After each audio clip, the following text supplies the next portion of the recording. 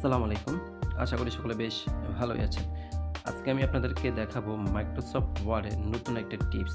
Microsoft ওয়ার্ডে আমরা portrait অথবা ল্যান্ডস্কেপ ২ টাই থাকবে এরকম কিভাবে পেজ সেটআপ করতে হয় আজকে সেটাই দেখাবো। So let's get started. আমি আসলে আপনাদেরকে যেভাবে দেখাতে চাইছি সেটা হচ্ছে ঠিক এই যে আমি যেভাবে দেখাচ্ছি ঠিক এইভাবে কিভাবে পেজ সেটআপটা করবেন আজকে আমি সেটাই দেখাবো।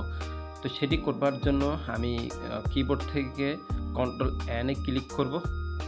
যেহেতু আমার এখানে পেজ একটা আছে, আমি আরও ২-৩ টা পেজ ক্রিয়েট করব। তো ক্রিয়েট করার জন্য আমি সরাসরি চলে যাব ইনসার্টে। ইনসার্ট থেকে আমি এখান থেকে ব্ল্যাঙ্ক পেজে ক্লিক করব। আমি ২ টা পেজ তৈরি করেছি। আর এখন পেজ সেটআপ করার জন্য আমি সরাসরি লেআউটে ক্লিক করব। লেআউটে ক্লিক করার পরে এখান থেকে ল্যান্ডস্কেপ থেকে পোর্ট্রেট করে নিব। তারপর আমি এখান থেকে অ্যাপ্লাই টু তে গিয়ে দিস পয়েন্ট ফরওয়ার্ডে ক্লিক করব। ফরওয়ার্ডে ক্লিক করার পরে আমি এখান থেকে ওকে ক্লিক করে দিব।